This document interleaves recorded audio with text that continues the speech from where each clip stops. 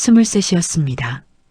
비 오는 날 도로 위에서 강수량을 측정하는 아르바이트를 하다가 그 아이는 그렇게 갔습니다.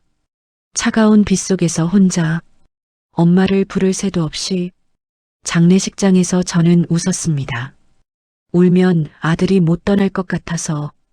그런데 집에 돌아와 아이 방문을 여는 순간 그제야 무릎이 꺾였습니다. 이건 제가 겪은 이야기입니다.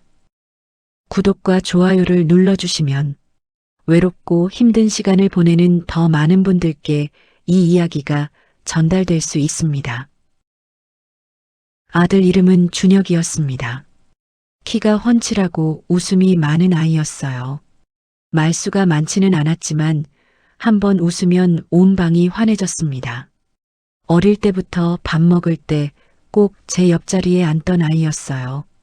중학생이 되어서도 고등학생이 되어서도 그 버릇은 변하지 않았습니다. 밥상 앞에서 그 아이가 없으면 밥맛이 없었습니다.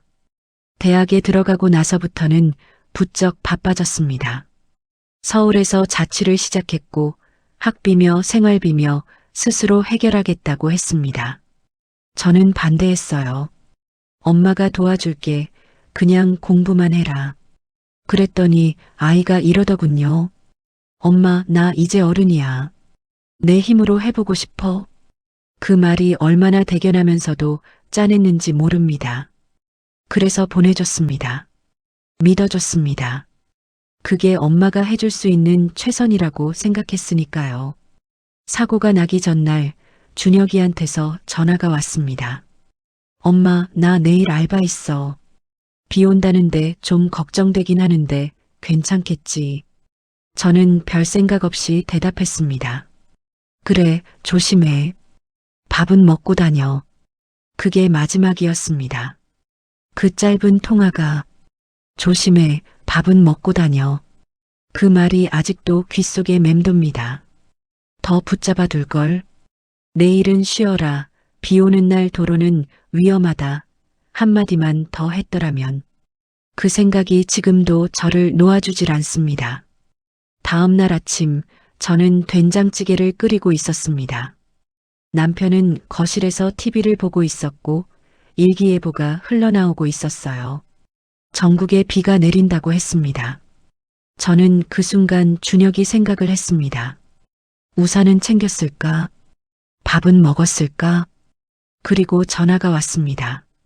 아들 번호였습니다. 준혁이가 하던 아르바이트는 기상 관련 업체에서 진행하는 현장 강수량 측정 일이었습니다.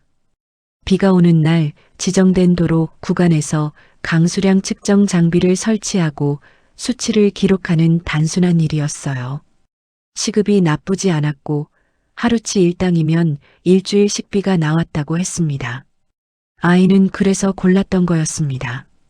힘들지 않고 돈도 되는 일이라고 저한테 말했었어요. 그날 비는 아침부터 거세게 내렸습니다. 기상청 자료를 나중에 찾아봤을 때 그 시간대 강수량은 시간당 30mm가 넘었다고 했습니다. 운전자들의 시야가 충분히 확보되기 어려운 조건이었습니다. 준혁이는 형광조끼를 입고 도로 갓길에서 장비를 점검하고 있었습니다. 차는 빗길에서 미끄러졌습니다. 준혁이는 병원으로 이송됐지만 이미 의식이 없었습니다. 병원에 도착했을 때 저는 이미 최악을 직감했습니다. 하지만 믿고 싶지 않았어요. 하얀 천장을 올려다보며 기도했습니다. 제발, 제발. 두 글자를 수백 번은 되풀이했습니다. 의사 선생님이 나왔습니다. 표정이 말해주고 있었습니다. 말을 듣기도 전에 무릎이 꺾였습니다. 남편이 저를 붙잡지 않았다면 그대로 바닥에 쓰러졌을 겁니다. 23이었습니다. 이제 막 세상을 향해 두 발로 서려던 아이였습니다. 엄마 힘 안 빌리겠다고, 스스로 해보겠다고 그 다짐 하나로 비 오는 도로에 나섰던 아이. 그 아이가 그렇게 갔습니다. 장례식장에서 저는 내내 웃었습니다. 조문객들이 오면 인사하고 감사하다고 하고 괜찮다고 했습니다. 우는 사람들을 오히려 제가 달랬습니다. 지인들이 이상하다고 했습니다. 저 엄마 왜 저래? 충격이 너무 커서 실감을 못하나 봐. 맞았습니다. 실감이 안 됐습니다. 이게 꿈인지 생시인지 구분이 안 됐습니다. 그리고 장례를 치른 날 밤 집에 돌아와 준혁이 방문을 열었습니다. 책상 위에 펼쳐진 전공 서적, 벽에 붙어 있는 강의 시간표, 서랍 위에 올려진 이어폰, 모든 게 그대로였습니다. 아이만 없었습니다. 그제야 울었습니다. 소리도 없이 숨도 못 쉬고 바닥에 주저앉아. 사람들은 시간이 약이라고 합니다. 저는 3년이 지난 지금도 그 말을 믿지 못합니다. 시간이 흐른다고 슬픔이 작아지는 게 아니었습니다. 오히려 시간이 지날수록 더 또렷해졌습니다. 처음엔 충격으로 멍했다면 시간이 지나면서 하나하나 실감이 됐습니다. 준혁이가 좋아하던 된장찌개를 끓이다가 갑자기 무너지고 마트에서 아이가 즐겨 먹던 과자를 발견하면 그 자리에 서서 한참을 못 움직이고 비가 오는 날이 제일 힘들었습니다. 빗소리가 들리면 그날이 떠올랐습니다.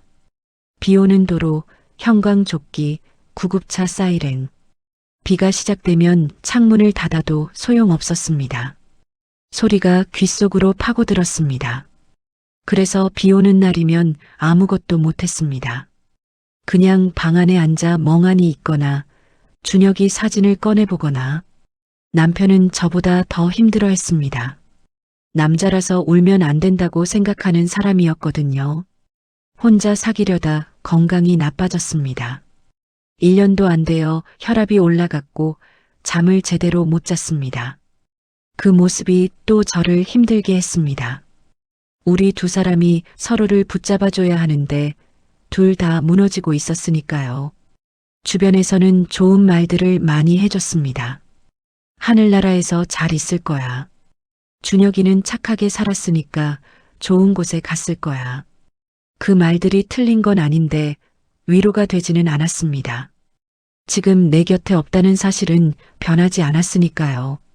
착한 곳에 가도 하늘나라에 가도 나는 그 아이가 보고 싶었습니다. 밥상 옆자리에 앉아서 밥 먹는 준혁이가 보고 싶었습니다. 딱 한 번만 더 보고 싶었습니다. 얼굴 한 번만, 목소리 한 번만. 가장 힘든 날은 준혁이 생일이었습니다.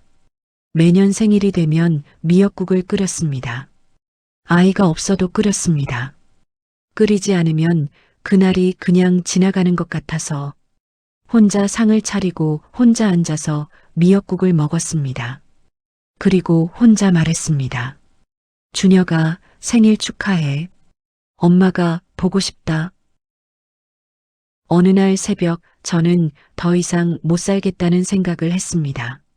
준혁이 간 지 1년쯤 됐을 때였습니다. 남편도 자고 있고 집안은 조용하고 저는 그 조용함이 너무 무서웠습니다. 이 조용함이 앞으로도 평생 계속될 거라는 생각이 들었습니다. 그 생각이 저를 벼랑 끝으로 몰았습니다. 그때 휴대폰이 울렸습니다. 준혁이 친구 동민이었습니다. 새벽 2시가 넘은 시간에 무슨 일인지 몰랐지만 전화를 받았습니다. 어머니, 저예요. 자고 계셨죠? 죄송한데요. 갑자기 어머니 생각이 나서요. 준혁이 많이 보고 싶네요. 그 아이 목소리에 저도 모르게 울음이 터졌습니다. 그리고 한참 동안 전화기를 붙들고 서로 울었습니다. 아무 말도 없이 그냥 울었습니다. 그 새벽이 저를 살렸습니다. 그 다음 날부터 조금씩 움직이기 시작했습니다. 동네 성당 상담 프로그램을 찾아갔습니다. 처음엔 말도 못하고 앉아서 눈물만 흘렸습니다. 2번째, 3번째 가면서 조금씩 말이 나왔습니다. 상담사 선생님이 이렇게 말했습니다. 어머니, 슬픔을 없애려고 하지 마세요. 슬픔이랑 같이 사는 법을 배우시는 거예요. 그 말이 처음에는 무슨 뜻인지 몰랐습니다. 그런데 시간이 지나면서 알게 됐습니다. 슬픔은 사라지지 않습니다. 그 슬픔을 끌어안고도 밥을 먹고 웃고 살아가는 게 가능하다는 걸 조금씩 배워갔습니다. 준혁이가 원했을 거라는 생각도 했습니다. 그 아이가 엄마한테 바라는 게 엄마가 무너지는 것이었을 리 없었습니다. 스스로 해보겠다며 씩씩하게 살던 아이였습니다. 그 아이 앞에서 저도 씩씩해야 했습니다. 그게 제가 준혁이한테 해줄 수 있는 마지막이었습니다. 3년이 지났습니다. 지금도 비가 오면 마음이 무거워집니다. 아마 평생 그럴 것 같습니다. 그런데 이제는 창문을 닫고 이불을 뒤집어 쓰지 않습니다. 빗소리를 들으면서 준혁이 생각을 합니다. 그 아이가 비 오는 날 도로 위에서 얼마나 성실하게 서 있었을지, 엄마 힘 안 빌리겠다며 얼마나 단단히 마음을 먹었을지, 그게 기특하고 그래서 또 눈물이 납니다. 준혁이 방은 그대로 두었습니다. 책상도 벽에 시간표도 서랍 위에 이어폰도 가끔 들어가서 앉아 있습니다. 말을 걸기도 합니다. 오늘 날씨 좋더라. 엄마 오늘 된장찌개 끓였어. 아빠가 요즘 건강이 좋아졌어. 아무 대답도 없지만 그래도 합니다. 들을 것 같아서요. 이 이야기를 세상에 꺼내기까지 오래 걸렸습니다. 말하면 더 아플 것 같았습니다. 그런데 막상 말하고 나니 조금 달랐습니다. 준혁이 이야기를 누군가 들어준다는 게, 그 아이가 세상에 있었다는 걸 함께 기억해 준다는 게 위로가 됐습니다. 혹시 저처럼 소중한 사람을 잃은 분이 이 글을 보고 계신다면 이 말을 드리고 싶습니다. 무너져도 됩니다.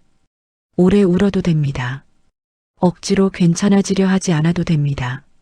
슬픔은 사랑의 다른 이름이니까요.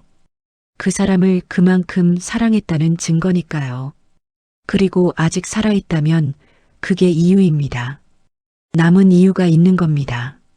저는 오늘도 비 오는 날 창가에 앉아 준혁이 생각을 합니다. 그 아이가 웃으며 말할 것 같습니다. 엄마, 나 잘 있어. 엄마도 잘 살아. 그 말 믿고 오늘도 살아갑니다. 이 영상이 마음에 닿으셨다면 구독과 좋아요 눌러주세요. 외롭고 힘든 시간을 보내는 분들께 이 이야기가 작은 위로가 되길 바랍니다.